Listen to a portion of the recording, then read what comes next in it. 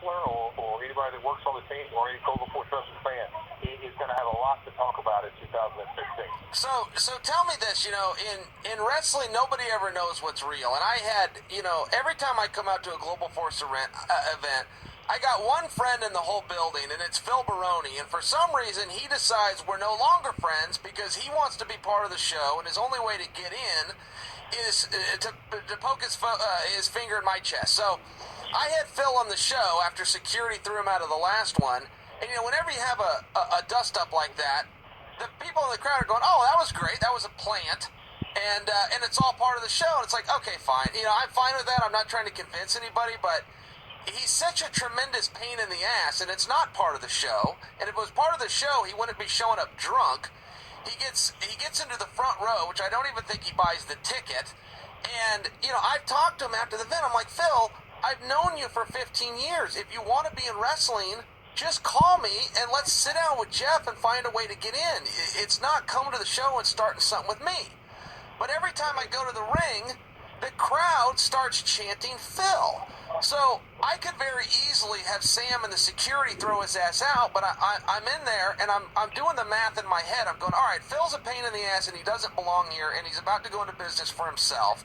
The other side of it is he's apparently drawing people here for the charade he's putting on, and we're in the business of selling tickets and getting hype. So I let it continue, but at some point, things are going to boil over. He shows up, and I'm not trying to disparage Phil. I do like him, but he shows up intoxicated and pissed off. Well, as I told you in July, and as I told you in August, and I told you in October, I said the guy has a unique way going about his job interview. And I don't know how well you know his manager. I don't know I don't know how well you know him. I don't really know him that well. But I've had multiple conversations before, during, and after all three tapings. And he's just like, hey, that's Phil. And I'm like, hey, I get it. I do. But I don't think you understand the business to know that you sort of got to have some type of roadmap. And we can figure something out. Because I've seen his matches. I've seen a couple of matches. I've actually done my due diligence, and I know many of the guys that are in the feature star of the wrestling scene in Vegas, which is a great independent promotion. And I've talked to them, and some people say good things, some people say bad things. But across the board, everybody says he's a legit nut. He is legit nuts, and he thinks he knows more about the business than he does.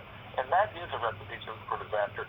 I think in his mind, he thinks what he's doing is leading down the right path. And there comes a point where, a point of diminishing returns, as my finance guy says. I think we're maybe there or past there. But I do know this. I think a Chael Sonnen, Phil Baroni match with the right set of circumstances, I'm a promoter. I would be definitely interested in sit down and try to book it. Yeah, well, I think about it too, and it's like this guy's about to bully his way into the industry through, if we're to be fair, it is a crime. Now, we let it go because it's entertainment, but you can't just show up somewhere and then come over the rail, take your shirt off, get thrown out by security. And if a fan did that, maybe it would do that, but some people have been arrested for that. We got a lot of cameras, we got a lot of money set up. It's like, Phil, you can't just come touch me in this setting. I'm out here performing, and your spit's flying out of his mouth, and he's grabbing at phones and T-shirts and ripping my collar, and it's like, Phil, again, I've known you 15 years, man. I got to contact Jeff Jarrett. There's a better way in. But I'm not sure the crazy son of a bitch isn't going to figure it out because, again, in fairness to our listeners, the simple math is he's bringing people in, whether he's part of the show and that he's getting a paycheck. No, he's not. Is he part of the show? Well, yeah. What he's doing is kind of working. Here we are talking about it now. And I've always liked Phil. Phil, from day one, he had a gimmick. He had good skills. He had enough respect for the business to stick a needle in his ass every now and then. I got no problem with any of that. But I don't know why he wouldn't just call me and say, listen, could you give me Jeff Jarrett's number? My answer to him would have been yes. Yes, I will give you Jeff's number. You don't have to come and do this guerrilla marketing.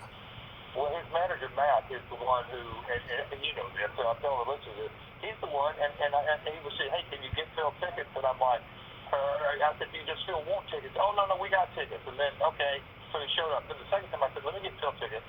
Let's just let him enjoy everything. He's not a part of the show. And then let's quit talking about Phil. He's so you can't figure the dude out, and that's frustrating. Well, no, I'm actually glad you said that. So you're giving Phil tickets.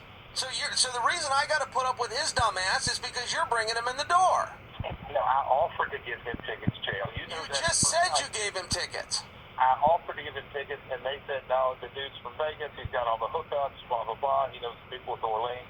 Okay. Jeff, this whole thing's being recorded, man. It doesn't have to be this way. This is the last time we were face-to-face, and I say this respectfully, you're my boss, but the last time we were at the Orleans, I told you straight up, I'm not happy with my position in this. I can sit here and talk all day. I come out to your shows, and you want me to talk. I'm happy to do it, but I've told you from day one, I want a match. And I said, what did I tell you? And I'm you him and Hod, and now I find out that you're bringing in Phil Baroni, who I thought was doing guerrilla marketing, and now I'm finding out he's a little piece of this. It's almost like you guys are doing something behind my back. Well, I told your assistant that day, I said, Chael's wanting a match, and you tell me what he's done more than Phil Baroni to deserve a match. Now, not to say that you can't have a match. I haven't said that. But let's sit down and figure that out, not just say, hey, give me a match. What have I done? Deserve a match. What have you done to deserve a match more than Phil Baroni? Well, I have a contract with the company. That's what I have.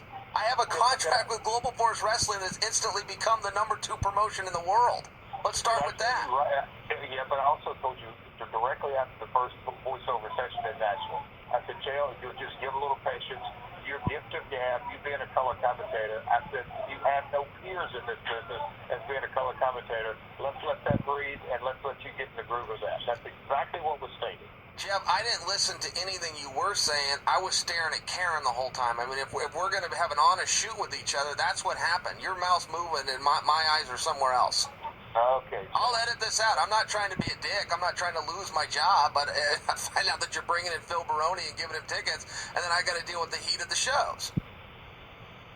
Big things are coming for Global Force Wrestling in 2016. Yes. Nice political answer. It's not political. You know it, I know it's the truth. I know big things are coming, my man, but I still want the match, and I didn't mean to get hot with you there. Hey, listen, will you do me one favor before you get on your flight? Sure. Will you give Karen a message for me? No, we're not going there. She actually got a lot of respect for you, and also, you know, she was in the VO booth, and she heard your talent, so let's keep it clean. Let's keep it on the up and up. Is it Happy New Year or belated Merry Christmas? Just tell her I want to squeeze them. It's code. She'll know what it means. Oh, you're too funny. Happy New Year, my friend Chael. Good to talk to you. I appreciate you having me on the Happy New Year. I'm gonna edit some of this. I didn't mean to get hot with you, man. I'm gonna push the mask saying maybe I'm not gonna edit. We'll see how it goes. Have a good flight. Let's leave it at that. All right, Chael. Thanks, my friend. Kaboom. Jeff Jarrett, right there. Pretty interesting stuff. I don't know what I think of all that. Gabe Baroni, God, I walked him right into that. He's supposed to be the expert. Jacob, did you see me walk him right into that? This is what he's supposed to do. I walked him right into that. I knew he gave him a ticket. I knew he gave him a ticket because John Fitch told me that Baroni had a ticket, but Jeff did not tell me that. Oh, I don't even know how Phil got in. Oh, goddamn. Well, I knew he got a ticket because he was sitting in the same seat every time that just happened to be stage left of the set camera. I'm not an idiot. I know that they put him there, and I know it was a plant. I don't think they knew he was going to get drunk and come over the rail. Maybe they did. I don't know. Now that I'm reliving it, security was right there, ready for him when he came over. It's like a setup. You know, I did the Ultimate Fighter in Brazil, and it was the same thing. I ended up having a melee with Vandalay. It's like, this was a setup. The cameras were all in play. Everybody here knew this was going to happen except me.